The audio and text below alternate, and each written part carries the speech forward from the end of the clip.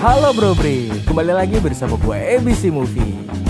Kali ini kita akan ngebahas film yang berjudul Ode to My Father. Oke, sebelum kita ke alur ceritanya Bro Bre, jangan lupa tombol merahnya itu dirubah menjadi warna abu-abu dulu ya Bro Bre. Thank you Bro Bre, terima kasih banyak ya. Tanpa berbasa-basi panjang kali lebar kali ini sama dengan luas, kita langsung aja ke alur ceritanya Bro Bre. Let's go! Yeah!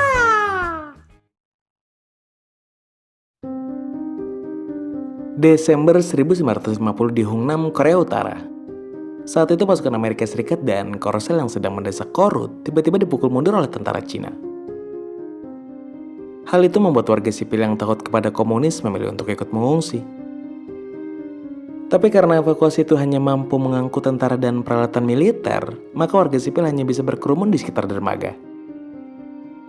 Di antara banyaknya warga Hungnam, ada satu anak yang akan menceritakan perjalanan evakuasi ini dan kehidupan setelahnya. Anak itu adalah Doksu, anak tertua di keluarganya. Singkatnya, ketika kapal udah siap berangkat, seorang perwira Korsel memohon kepada Jenderal Amerika Serikat agar warga sipil juga dievakuasi. Akhirnya permohonan itu dikabulkan dan kendaraan militer yang udah masuk dikeluarkan lagi untuk memberi ruang bagi warga. Tapi sayangnya karena kapasitas kapal nggak sebanding sama jumlah warga, akhirnya proses evakuasi jadi kacau, di mana para warga saling berebut menaiki kapalnya. Doksu pun disuruh ayahnya agar jangan sampai melepaskan adiknya. Kemudian keluarga Doksu berhasil menaiki skoci, tapi saat mau naik ke kapal utama, keadaan kembali kacau dan Doksu malah kehilangan adiknya.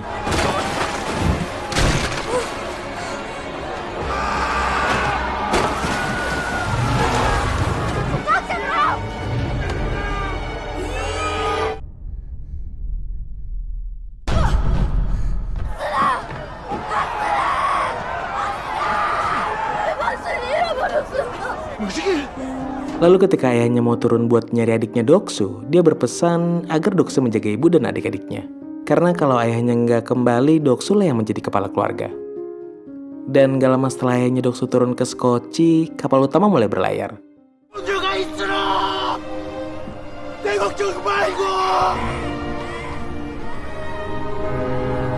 Memisahkan Doksu dan ayahnya yang berjanji akan menyusul mereka ke Busan. Tepatnya di toko milik adik ayahnya di Pasar Gukje. Singkatnya, keluarga Doksu berhasil bertemu dengan Tante Kotbun dan numpang tinggal di toko. Selama tinggal di sana, Doksu juga diperlakukan seperti anak selatan dan mendapatkan pendidikan. Dia juga punya teman bernama Dalgu dan mereka sering mencari uang bersama menjadi penyemir sepatu. Suatu hari, pelanggan mereka memberi nasihat supaya Korsel bisa maju serta disegani dunia. Dan ternyata pelanggan itu adalah Mr. Chung, pendiri Hyundai Group. Habis itu ada seorang tentara Amerika Serikat menawari coklat dan Dalgu tanpa ragu menghibur tentara itu. Tapi saat udah dapat coklatnya, mereka malah mau dirampok sama gerombolan preman kecil. Kemudian ketika mereka lagi kejar-kejaran, Presiden Korsel mengabarkan melalui radio bahwa Korsel dan Korut udah sepakat untuk gencatan senjata. Tapi karena perang belum berakhir, keluarga Doksu nggak bisa balik ke Hungnam. 전쟁을 아예 한다는 얘기지만 내는 씨발 나를 구원하러 들어오지 않겠습니까? 신경 쓰지 말고 공부나 열심히 해라. Dan setelah dewasa, Doksu mengalami kesulitan untuk meneruskan pendidikannya. Dia bekerja sebagai buruh di dermaga, tapi penghasilannya nggak cukup karena harus membiayai sekolah adik-adiknya juga. Sedangkan Dalgu memiliki kehidupan yang lebih mapan dan menyarankan Doksu untuk kerja jadi penambang batu bara di Jerman Barat aja, mumpung lagi buka lowongan dan gajinya gede. Akhirnya mereka berdua melamar. Dan saat tes fisik, Dalgu dapat nilai minus, sedangkan Doksu dapat nilai plus.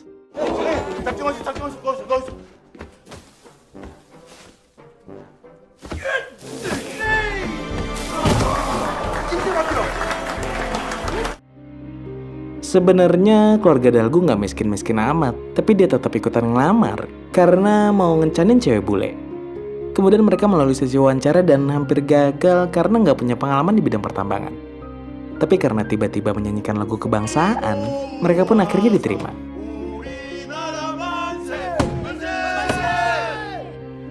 Musim semi 1964, mereka sampai di tambang batu bara Hamburg-Duisburg. Pekerjaan di sana sangatlah berat dan memiliki risiko yang sangat besar.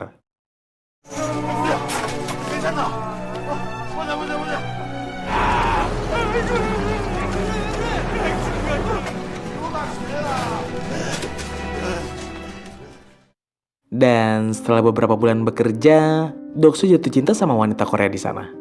Wanita itu bernama Yongja dan lagi sekolah perawatan di Jerman. Tapi emang dasar mesum nih orang, matanya langsung jelalatan baik, padahal baru pertama kali ketemu. Dia juga menceritakan pertemuannya itu kepada teman-temannya yang langsung pada heboh dan minta diajak ketemu. Lalu mereka kembali bertemu pas ada pesta di asramanya Yongja, dan kali ini Doksu mengajak Dalgu. Mereka saling berjoget gembira, sampai akhirnya Dalgu menemukan wanita bule. Tapi sayangnya wanita itu adalah ibu kos yang lagi ngawasin anak-anak. Jadinya nggak mau diajak dansa. Lalu giliran Doksu dan Yongja yang melantai dengan goyangannya masing-masing.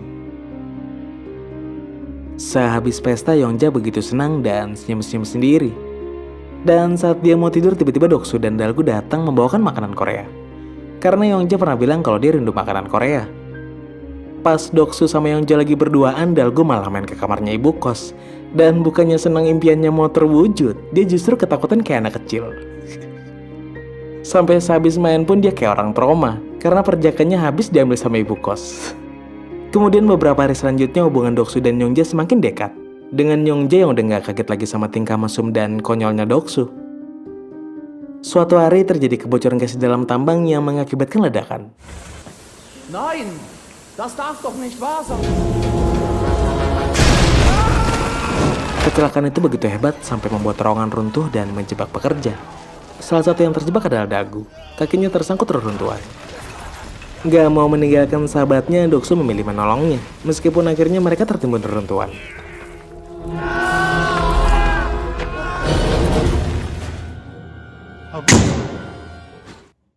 Kejadian itu sampai di telinga Yongja yang langsung panik mencari kebenaran Doksu. Dan karena nggak menemukannya di rumah sakit, dia pun mendatangi tambang dan diberitahu kalau Doksu dan Dalgu masih belum ditemukan. Kemudian dia pun memohon kepada manajer tambang supaya dibolehin mencari mereka. Tapi karena kemungkinan masih ada gas beracun, manajer nggak mengizinkannya. Das ist ausgeschlossen. Wer weiß, ob die noch am Leben sind. Akhirnya rekan-rekan Doksu yang selamat memutuskan untuk melawan perintah manajer dan bersama-sama mencari Doksu dan Dalgu. Sementara itu di dalam tambang, Dalgu masih selamat tapi nggak menemukan Doksu. Ternyata Doksu tertimbun reruntuhan sampai dia pingsan. Tapi untungnya Doksu masih hidup biarpun terluka cukup parah. Lalu saat mereka sedang menunggu keajaiban, Doksu teringat kembali janji kepada ayahnya. Dia kini benar-benar menjadi kepala keluarga untuk ibu dan kedua adiknya.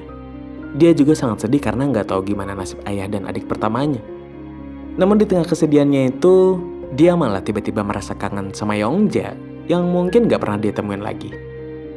Gak lama kemudian, keajaiban benar-benar mendatangi mereka yang akhirnya diselamatkan oleh teman kerjanya.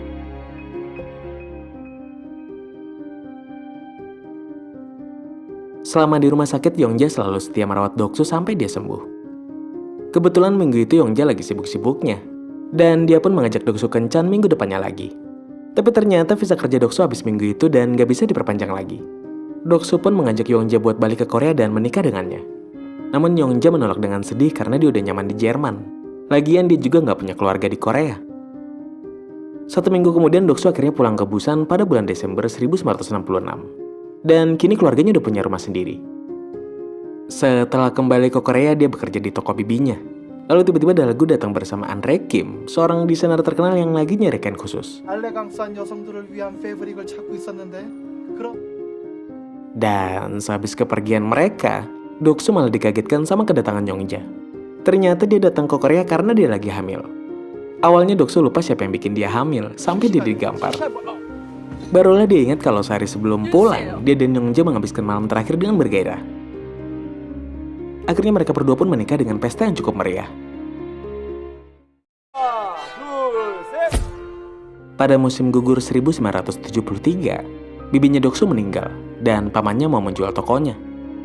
Tapi karena teringat dengan janji ayahnya yang mau menyusul ke sini, Doksu minta agar jualnya ke dia aja. Dan karena saat itu dia nggak punya cukup uang, ditambah lagi adik bungsunya minta dibiayain untuk nikah. Dia pun berencana buat menjadi teknisi marinir di perang Vietnam. Tentu aja rencana itu ditentang habis-habisan sama Yongja. Tapi pada akhirnya dia tetap pergi ke Vietnam dengan ditemani Dagu. Pekerjaan mereka sebenarnya nggak begitu bahaya karena berada di garis belakang. Dan bayarannya juga banyak. Tapi yang namanya perang bahaya bisa ada di mana aja. Termasuk saat 2 orang pelaku bom bunuh diri meledakkan markas pasukan Amerika. Untungnya sebelum ledakan seorang bocah yang habis diberi coklat sama Doksu memberitahu tentang ledakan itu. Jadinya dia bisa terhindar dari kematian.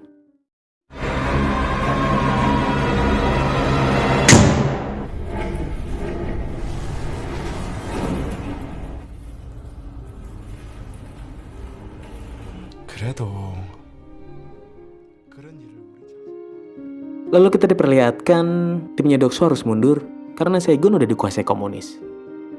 Sayangnya mereka berpapasan sama tentara Viet Cong dan gara-gara Dagu takut sama ular, mereka jadi ketahuan. Tapi untungnya sebuah regu marinir Korsel menyelamatkan mereka.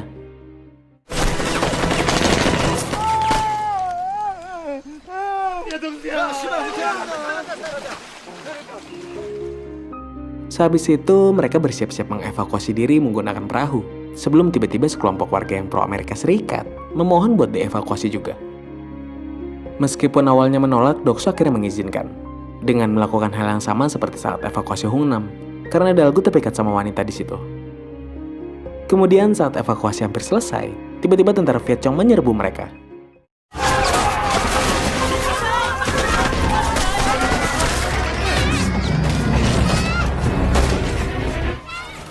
Di tengah pertempuran, Doksu nyebur ke sungai untuk menyelamatkan seorang bocah. Akibatnya dia hampir mati karena kakinya tertembak.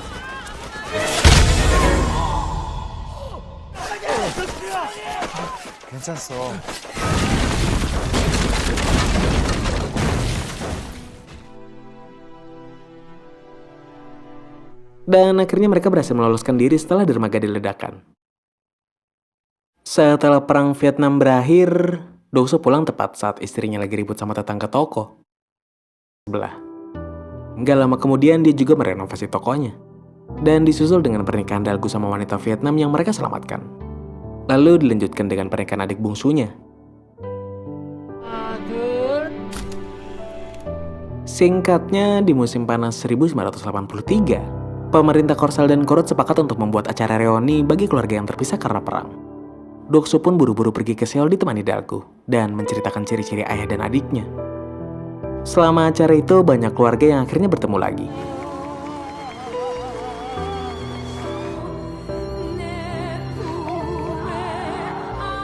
Dan Doksu juga punya kesempatan ketika kru acara memberitahu kalau kemungkinan ayahnya udah ditemukan. Tapi sayangnya pas dikonfirmasi melalui siaran langsung, pria itu bukan ayahnya. 수시 연결하겠습니다. 받아보시죠. 제 성은 유씨가 아니고 윤씨입니다. 아닌 것 같은데. 우리 아버지 아닌데요. 성은 예. 저 사람 너가 아버지가 아니지. 아닙니다. Setelah itu peruntukannya kembali datang saat ada wanita yang kemungkinan adalah adiknya. Selama video call, wanita itu mengaku lupa nama aslinya. Karena sejak terpisah dengan keluarganya, dia diadopsi sama orang Amerika. Tapi berkat tanda lahir di telinga dan pakaian masa kecilnya, serta ingatannya saat evakuasi Hungnam, wanita itu akhirnya terkonfirmasi sebagai adiknya Doksu yang telah lama terpisah. Dan seketika momen mengharukan gak bisa ditahan, dengan tangisan kebahagiaan di antara Doksu dan keluarganya.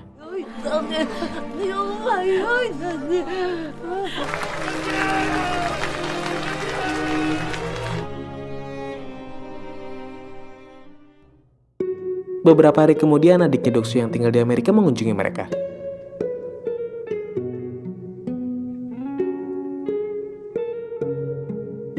Dan 1 tahun kemudian, ibunya Doksu meninggal dunia, tanpa pernah tahu lagi nasib suaminya. Sampai Doksu jadi kakek-kakek, dia tetap mempertahankan toko Kotbun dan menepati janjinya untuk menjadi tulang punggung keluarga. Meskipun di antara adik-adiknya nggak ada yang tahu janji itu, tapi sebenarnya Doksu sangat kelelahan menanggung beban sebesar itu dari kecil. Sambil terus berharap ayahnya masih hidup dan beneran nyusul.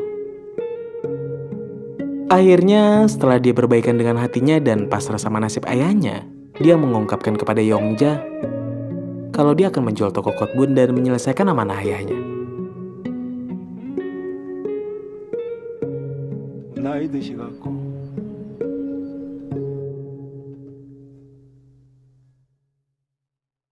tomat. Gimana menurut kalian tentang film ini bro bre? Menegangkan dan melemaskan ora?